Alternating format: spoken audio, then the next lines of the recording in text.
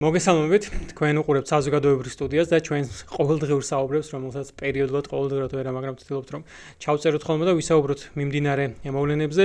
გუშინ ძირითადი და ყველაზე მძიმე მოვლენა, რომელიც ხდებოდა, იყო M150 დევნილი ოჯახის გამოსახლება თვალჭრელიძის ქუჩიდან, სადაც მამუკა და ბექა მთელი დღე იქ იყვნენ და ჩართული იყვნენ ყველა პროცესში.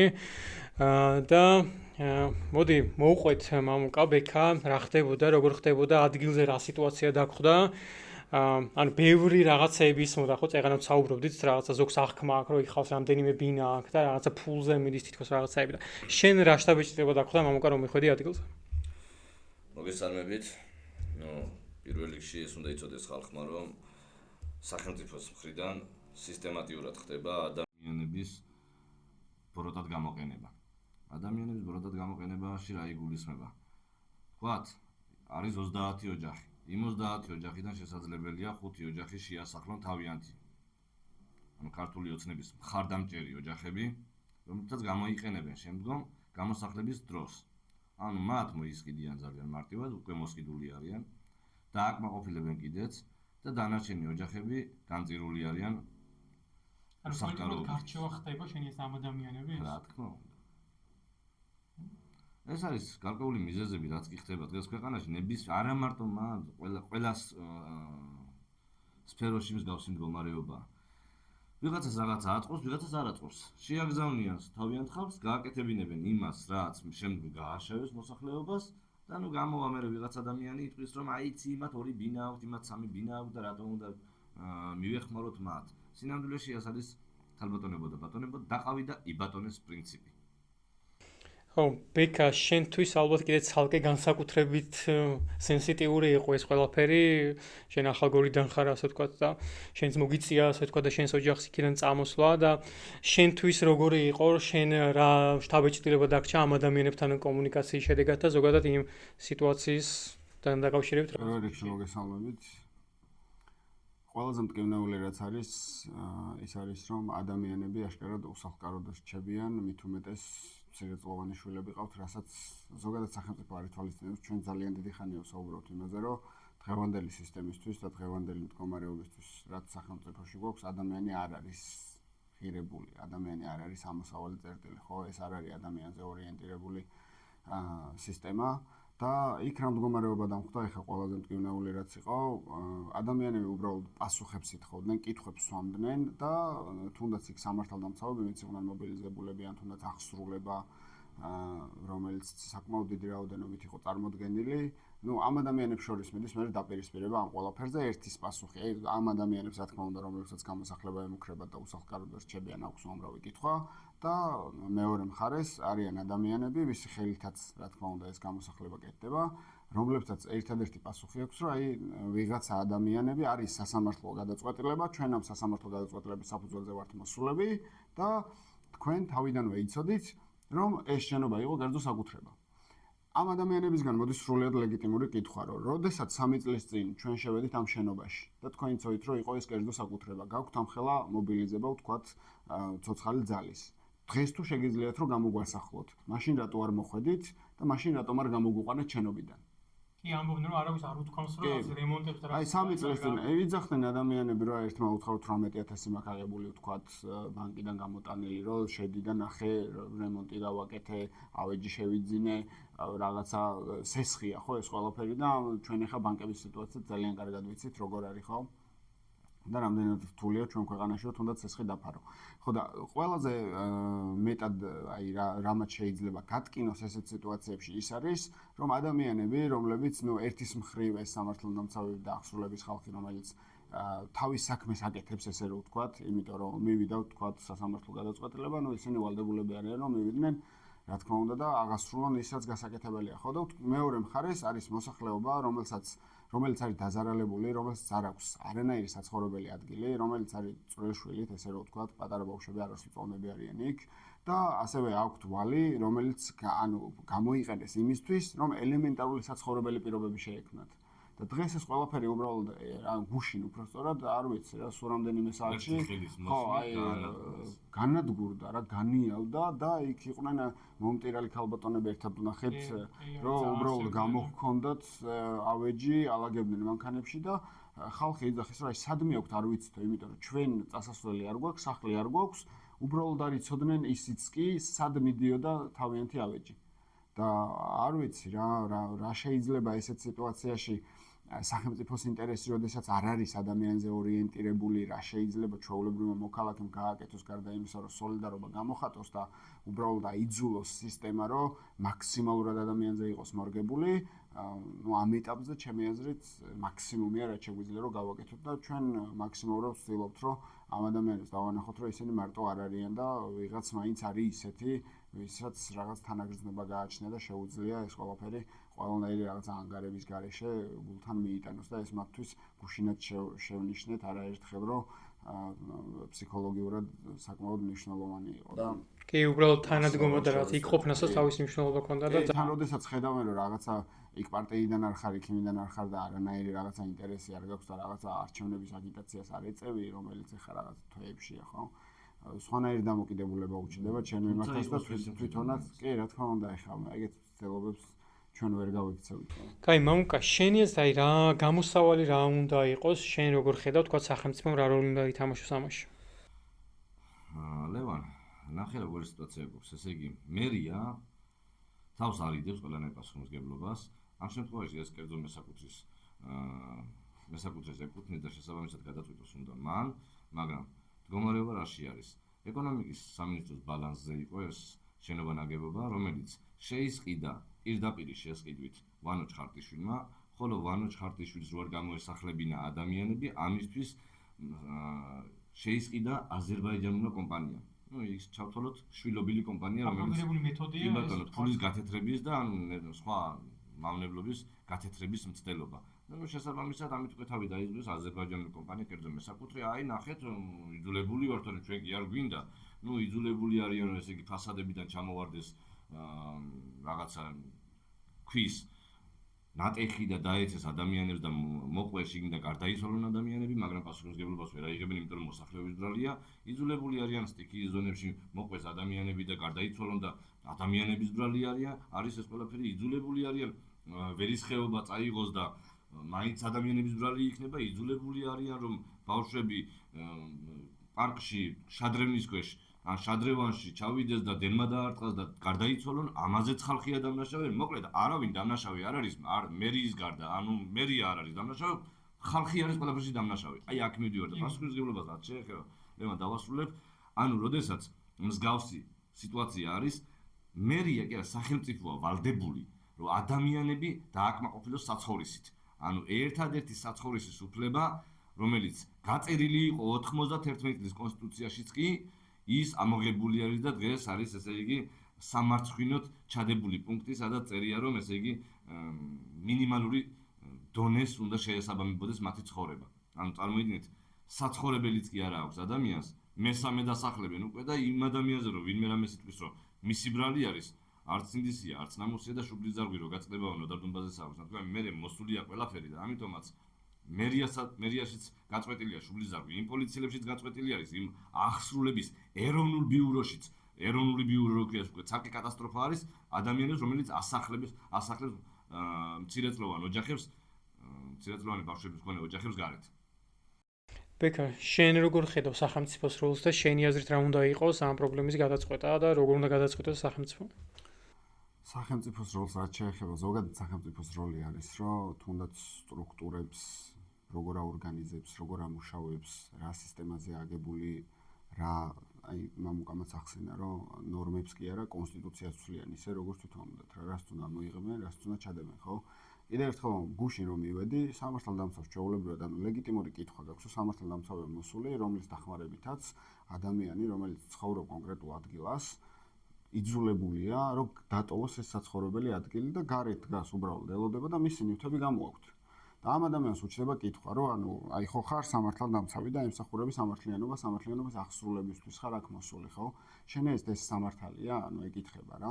ამ სამართალდამცავებსაც აქვთ რამდენიმენაირი პასუხი რა. ზოგი იძახის, რომ არის სამი ადამიანი, რომელთანაც შეთანხმება მოხდა და სამი ადამიანის საფუძველზე 100-დან 200 ოჯახამდეა ხო საუბარი მინიმუმ გამოასახლეს, აი ასე ვთქვათ ხო მინიმუმ. იქ მეორე სამართალდამცავი მოდის და იმას უკვე სხვა პასუხი აქვს, რომ აი 7 პიროვნება არსებობს, რომელთანაც რაღაც შეთანხმება მოხდა და კაი თუნდაც 7 არსებობდეს, 7-ის საფუძველზე ხდება გამოსახლება. იქ რომელიღაც სამართალდამცავი მოდის და ჩვენ როგორც გვაქვს ინფორმაცია თქვენ შემოგთავაზეს უკვე შესაბამისი ალტერნატივა და თქვენ ამას არ ეთანხმებით და ეს ანუ მოსახლეობიდან აქედან პასუხი მიდის, რომ 300 ლარი თქვენი აზრით საკმარისია და იქ ვიღაც მე კიდე ახალი მოდის და არა მე როგორც ვიცი 500 ლარზეა საუბარი და აი ხო ხვდებით ისეთი საუბრები მიდის ერთმანეთში თვითონ ხო რა არც ერთ მხარეს რეალურად ინფორმაცია არ აქვს. ანუ ბრმად მიდის ამ ადამიანების რეალურად დაპირისპირება იქ ადგილზე უკვე. და თვითონ ეს გადაწყვეტილების მიმღები პირები არსად არ ჩანან და მერის პასუხისმგებლობას რაც შეეხება და ზოგადად სახელმწიფოსი ხო სახელმწიფოდანაც არ მოდის ზუსტი ინფორმაცია რა ხდება და რაც შეეხება იმას რომ ადამიანებზე მიდის გადაბრალება და ასე შემდეგ ხო მე პირდაპირ გეუბნებით ძალიან დიდი ხანია თქვენ ძალიან კარგად იცით იმას ვამბობ რომ საზოგადოებამ პასუხისმგებლობა საკუთარ თავში თუ არ ავიღეთ და არ ვიგრძენით და ამ პასუხისმგებლობაში ვგულისხმობ იმას რომ შენ თუ სოლიდარული არ ხარ შენი თანამოქალაქის მიმართ ანუ არ არსებობს ნებისმიერ შემთხვევაში არ აქვს მნიშვნელობა ეს მერია იქნება რომელიმე სამინისტრო იქნება თუ რომელი ინსტიტუცია იქნება რა მაქსიმალურად შეეცდება თავი აარიდოს საკუთარ პასუხისმგებლობას და ისედაც დაყოფილ საზოგადოებაში რომელიც ერთმანეთს აბრალებს ნებისმიერ ფაქტს გადმოაბრალოს რომელიმე საზოგადოების ნაწილს ამას აუცილებლად გამოიყენებს და იყენებს კიდეც ხო არ იღებს პასუხისმგებლობას გამოდის და გაბრალებს კიდე ერთხელ ვამბობ ადამიანები იქ ეკითხებოდნენ აღსრულებას პირადად იქ ვიდექი, აი შუაში ვიდექი როგორ გითხრა, პირდაპირ მესმა და აი აღსრულების წარმომადგენლები იდგნენ და ადამიანებს პირდაპირ ჰქონდათ კითხვა, რომ 3 წლის წინ, როდესაც აქ შევედით, გაქვთ ამხელა რესურსი, შეგიძლიათ ძალითაც კი გამოგვიყვანოთ, ხო დღეს ხომ მაგას აკეთებთ. რატომ არ მოხვედით და რატომ არ გამოგვიყვანეთ?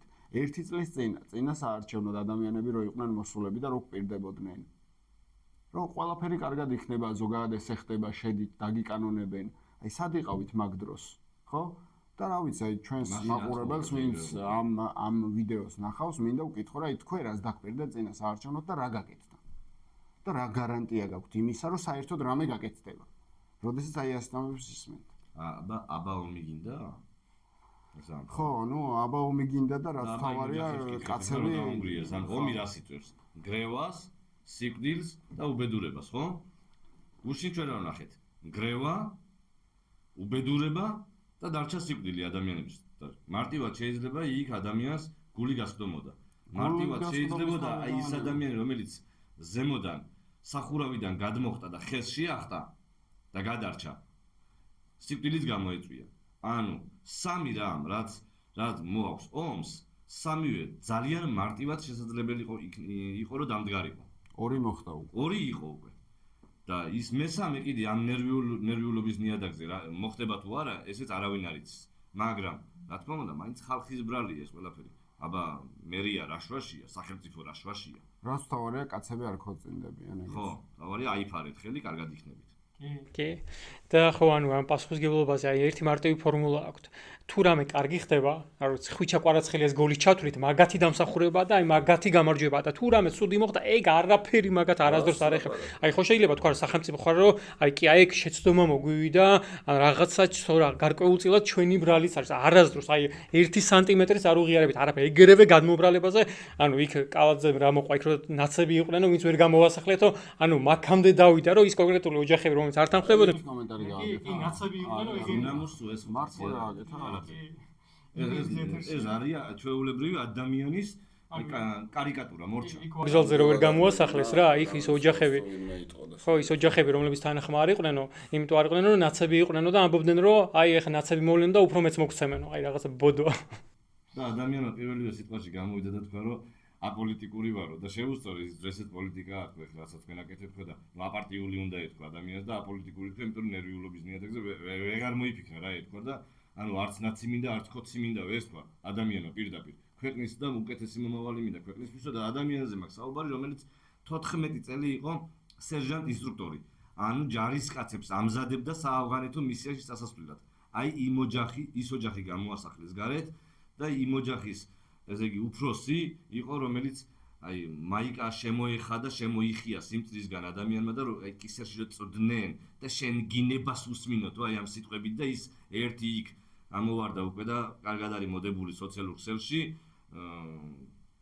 როგორ იყო ნათქვამი ხო გავთოთ ვინმეს რომ მუშკაზე აიყვანდნენ დღეს სამართალდამცავები ეგრეთ წოდებული სამართალდამცავები გარკვეული კატეგორია მუშკაზე ხართ აყვანილი მინდა გითხრათ როგორც კი იქნება ცვლილება თქვენ არა მაგ ფაქტზეც რო ვთქვათ 1-2 სიტყვა მაგ ადამიანზე სანამ ეგ ფაქტი მოხდებოდა რა ვიცი ახლა სამართალდამცავები იქ დილიდან იყვნენ მობილიზებულები ის ადამიანებიც რა თქმა უნდა დილიდან იქ იდგნენ და ახლა ვიღაცამ რო არის ფიქროს რომ აქ რაღაცა სამართალდამცავებზე მაინც და მაინც აგრესიულად იყო იქ ვინმე განწყობილი და მაინც რაღაცა ორიენტირი მათ წინააღმდეგ იყო გავლებული უბრალოდ ეს ადამიანი რაღაც ეტაპზე როდესაც შვილს დაელაპარაკა ტელეფონით რომელმაც რაღაც ტელევიზორში გნახეო და ჩემი სათამაშო თუ გამოიტანეო თუ რაღაც ეგეთი უთხრა და უბრალოდ ვეღარ ხო რა და უბრალოდ ვეღარ მოითმია და ემოციურ ფონზე რა თქმა უნდა არ ვეთანხმები არანაირ შეურაცხყოფას და არანაირად და არც იყო ეგ ადამიანი მაგის თქმა მინდა უბრალოდ რომ არც ანუ ერთი წამითაც არ გაუგეთებია მაგ ადამიანს არც მსგავსი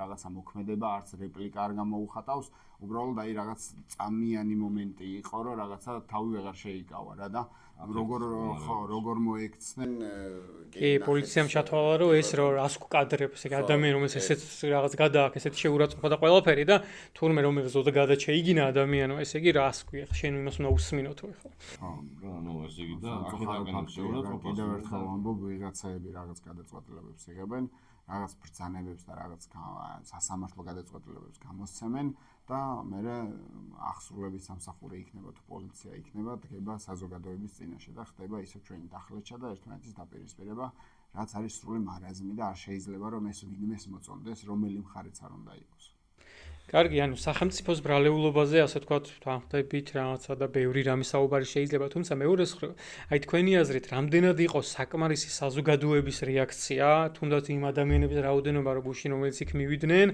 და ალბათ აქვე უნდა ვთქვათ, რომ არ იყო საკმარისი, რადგან მაინც მიეცათ იმის საშუალება, რომ იქ ტექნიკა შეეყვანათ და ეს ადამიანები რეალურად გამოისახლებინათ. ანუ თქვენი აზრით, ანუ ხო, რატო იყო? ხო, რატო მოხდა? თვითონ საზოგადოებას უფრო მეტი რეაქცია რატო არ მოყვა ამას? დღეს საზოგადოება ესეთ დღეში არის. როდესაც 2008 წლის ომი იყო ან რაღაცა მსგავსი რაღაც უდი ფაქტები ხდებოდა ხოლმე, ევროპა და დასავლეთი გამოთქვამდა შეშფოთებას. მაგრამ არანაირ დახმარებას. შესაბამისად, დღეს საზოგადოება გამოხატავს მხოლოდ და მხოლოდ შეშფოთებას სოციალურ ქსელში, ვაიმე ეს რა გვეშველება და ეს ვის ხელში ვართ. მაგრამ ფაქტის სახეზეა რომ თქვენ უკაცრავად, მაგრამ ერთი ადგილის განძრევა არ გინდათ. სხვის დასახმარებლად. და სხვისი ჭირი ღობის ჩხირიაო თქვენთვის. ამიტომაც ხდება ეს ყველაფერი, მაგრამ თქვენთანაც მოვლენ, ჩვენთანაც მოვლენ, სხვასთანაც მივლენ, სხვადასხვა მიზეზებით. და მე ეს დაქსაქსული ერი, ისედაც 1,300,000 ვართ დარჩენილი ეთნიკურად ქართველი ამ ქვეყანაში და რა ვიცი, რა დავრჩებით კაცმა არ იცის. ან ემიგრაციაში წავალთ მე მთელი საქართველო, ან ციხეში და ან ვიქნებით მონები, რუსების, პაკისტანელების, ინდოელების და ასე შემდეგ. რაც ხდება დღეს? შეიძლება ვფიქრობ ბექა, რამდენად იყო საკმარისი და ადამიანებს გვაკლია ნამდვილად ერთმანეთის გვერდში დგომა და ერთმანეთის მიმართ სოლიდარულები რო ვიყოთ და თუნდაც იქაც იყო საუბარი რომ რამდენიმე ოჯახი უბრალოდ იმიტომ იყო ჩუმად და იმიტომ არ იდგა მათ გვერდით რომ სახელმწიფო სამსახურშია დასაქმებული და წარმოიდგინე რამდენად გაჭირვებაში ცხოვრობს საზოგადოება ცხოვრობთ დღეს საქართველოში რომ სახლკარს გართმევენ და იმის გამო რომ სამსახურიც არ დაკარგო ამის გაპროტესტება და ხმამაღლა კომენტარის გაკეთებაც კი შეუძლია ზოგიერთ ადამიანს და ის ფაქტი რომ ჩვენ უკვე დიდი ხანია საზოგადოების ძალიან დიდი ნაწილი ვიმეორებთ იმას რომ ყველას მოგვადგებიან ეგ ყველაფერი დაწყებულია და აქ ზოგადად გუშინაც ჩემი მეგობრები გამოვიდნენ რუსთაველიდან და აქ ყოფილა რუსთაველზე თურმე ისეთი საუბარი რომ აი მაგათ ოცნებას დაუჭირეს მხარი და მოდი არ ვიყოთ სოლიდარული ანუ ეგ არის სიგიჟე მეგობრებო რა შენ თუ რუსთაველზე დგახარ იმის გამო რომ გინდა უკეთეს ქვეყანაში ცხოვრება და შენ ზუსტად იგივე მიდგომები გაქვს ხო? ამდენი ხანი რომ უმეორებ ამ ადამიანებს რომ შენთანაც მოვლენ ვინც სიტყვაზე ოცნებას მისცა ხმა ან შენს გვერდში არ იდგა მთელი ეს თითქმის ერთი წელი რუსთაველზე და აგერ დღეს მიადგნენ და დაინახა რომ თურმე აი ესე მუშაობს სისტემა და დღეს უკვე ხმამაღლა აპროტესტებს და ლაპარაკობს მაგ ყველაფერს ხო? შენ არ შეიძლება რომ მსგავსი დამოკიდებულება გქონდეს და ზუსტად ისე იქცეოდე როგორც ოცნება იქცევა და ზუსტად ისე ფილტრავდი ადამიანებს და არ ედგე მხარში და არ ითვალისწინებდნენ მათ ტკივილს და მეუბნებოდნენ რომ უკეთეს ქვეყნის შექმნა შეგიძლია ან გინდა საერთოდ რა. ამიტომ ცოტა აზრზე მოდით ყველანი. ისიც დავამატოთ ოჯახების გამოთქმული მოსაზრება ბოლოს უკვე გვიან ღამით რომ ეს რა ვქენით. ამათ როგორ მივეცით ხმა. ანუ ხო იყო რაღაც ნაწილი ვინც მაგას ამბობდა. თვითონ ამბობენ უკვე რომ კი ჩვენ ხმა მივეცით და შევცდით ბოდიშით. აგერ ჩვენ თავზეც ვიწვნიეთ, მაგრამ ეს იმას არ ნიშნავს რომ ჩვენ ახლა ავდგეთ და თუნდაც აი რაც ხდება მაღაროელებთან დაკავშირებით კიდევ რომ იცი და ჭიათურაში 65%-მა მისცა ქართულ ოცნებას ხმა, იმ 65%-დან 50%-მა უკვე საკუთარ თავზე იწვნია ის საკუთარი ხმის მიცემა. ყველა თავიდანვე ვერ ხედავს რა იმას, რასაც ყველა ერთნაირად ვერ ხედავთ ამ სამყაროს და გარემოს, მეგობრებო, ანუ ყველა ერთნაირად არ აღიქვამს და ის რომ შენმა ბრძოლამ რაღაცა შედეგი გამოიღო და ხალხსაზოგადოების კიდე რაღაცა თუნდაც პატარა ნაწილმა დაინახა, რომ თურმე რაც სუდი გარემოა და რაც სუდი სისტემაა, ეგ იმას არ ნიშნავს, რომ შენ უნდა თქვა, რომ აი ერთი წლის წინ ამას ვერ ხედავდა და მოდი მხარში არ დავუდგეთ. ანუ სრული აბსურდია ეგ. ხო, თუმცა მეორე მხრივ ფიქრობ, რომ თლიანობაში რაღაცა პოზიტივიც იყო ამ ყველაფერში რა, ანუ ჩვენს რეაქციაში და იმ ადამიანებთან დაკავშირებით, რომლებიც მაინც მივიდნენ იქ და გვერდში დაუდგნენ. ანუ ეს მაინც იმ ადამიანების ყოფნა თქვენი. კი, ხო. აღნიშნავდნენ კიდეც, რომ ყოჩაღა თქვენ ყოფილიყავ და იმ ბავშვებზე მართლა აი ამის. კი, და მეც ვფიქრობ, რომ ანუ საბოლოოდ მაინც იმ ადამიანებისთვის, ვინც იქ მივიდნენ, მიუხედავად იმისა, რომ თქვა რაღაცა ვერ გადაიკეტა გზა და ტექნიკა მაინც ეს გამარჯვება არის ამ ადამიანების, იმიტომ რომ ამ ადამიანებმა გაიმარჯვეს თუნდაც აი ამ რაღაცა მორალურად და აი ამ რაღაცა იმ საუბრებზე რომ ესენი ისეთები ანუ ყველაფერი გადადეს და უბრალოდ ჩათვალეს რომ ადამიანის გვერდში დგომა არის საჭირო და ეს გააკეთეს ამ მიზანს მიაღწიეს. მათ შორის გუშინ მერე ჩაანაცვლეს ჯგუფში დემეშ არიქაძემ და ნინი იმნაძემ უცებ დააორგანიზეს რომ ადამიანებს გარეთ იდგნენ რაღაც საკვები და ელემენტარული ჭირდებოდათ და ღამის 11 საათზე დაპოსტილი პოსტის შემდეგ 2 საათში 1000 ლარი აგრო და უცებ და მაშინ გუშინე პირველად რაღაცები ავიტანეთ და დღეს კიდე ავიტანთ და ანუ ესეთი რაღაცები გვაძლევს იმედს და მე ვფიქრობ რომ ზუსტად ეს ადამიანები არიან რომლებიც საბოლოოდ შეძლებენ ამ ქვეყანაში გამარჯვების მოპოვებას და ეს ადამიანები ყოველთვის გამარჯვებულები იქნებიან და მე არ ვფიქრობ რომ იქით ვინც იდგნენ თუნდაც არ ვიცი სპოილცილები თუ მათი ბრძანებების მიმცემი თავს გამარჯვებულად გრძნობენ გუშინ და თუ ესე გრძნობენ მაშინ ხო სამშობლო რა არის რამდენად ხვდებიან ესეთ საკითხავია ასე ვთქვათ რა მაგათაც არის ხა ხო გქონდა ფაქტები რომ რაღაც პოლიციელები იყო რაღაც ნაწილი რომელიც არ ერეოდა ახლოს არ მიდიოდა მე ერთმანეთშიც რაღაცა ერთმანეთში მოუწოდებდნენ რომ შენ რატო არ მოხვედი და რაღაცაები და ანუ ამით იმის მარტივად შეიძლება რაღაცა დასკვნების გაკეთება ხო რომ არის ნაწილი ჩვენი საზოგადოების ძალიან დიდი რომ შეიძლება რაღაც კონკრეტულ სამსახურში იყოს დასაქმებული თუ რაღაც კონკრეტულ ადგილას იდგეს, მაგრამ ერთი და იგივე პრიზმიდან უყურებდეთ და ერთნაირად შევტყიოდეს გული, ხო? ამიტომაც გვჭირდება რომ ერთმანეთს ვაგრძნობინოთ, რომ სოლიდარულები ვართ ერთმანეთის მიმართ და ვაგრძნობინოთ, რომ რაღაცა ხვალ რომ მიიღებს გადაწყვეტილებას, რომ უი, რაც სუდი ყოფილა ეს ყველაფერი და მოდი შევეწინააღმდეგები, შენგან არ მიიღებს იმის პასუხს, რომ გუშინ არ ეწინააღმდეგებოდი და მაშინ არ დაგეხმარები. კი და ხო მაინც ეგ მინდა ვთქვა რომ ანუ ეს ადამიანები თქვენ და თქვენაირი და ეს ადამიანები რომლებიც გუშინ იყვნენ ჩემს ანუ ეს არის იმედი ანუ საზოგადოება ცოტა თითქოს დაუჩლუნგდა შემგრძნობელობა და აი ვეღარ რეაგირებს მაგრამ ანუ ის რომ იქ გუშინ თუნდაც 200 თუ 300 ადამიანი მივიდა ეგ არის რომ ნაპერწკალი კიდე არსებობს და რომელიც მე მჯერა რომ აუცილებლად გაღვივდება და კიდე დიდ ცეცხლად გადაიქცევა ხო მადლობა ზოგადად კიდევ ერთხელ თქვენს რო გუშინ ამ ადამიანებს გვერდში იყავით იმ ადამიანებსაც ვინც იქ იყვნენ იმ ადამიანებს ვინც გუშინ ასე ვთქვათ ამ უცებ დაორგანიზებულ ფანდრაიზინგში მონაწილეობა მიიღეს და თანხა ჩარიცხეს ძალიან დიდი მადლობა თითოეულ მათგანს დეტალურად დარწმუნებული ამ ჯგუფში დაიდება რაზე და როგორ დაიხარჯება და მაქსიმალურად რითაც შეგვიძლია დავეხმარებით ამ ადამიანებს ამას ხوار დავამატებთ მადლობა მადლობა და დროებით საკათოლიკე გაერთიანდება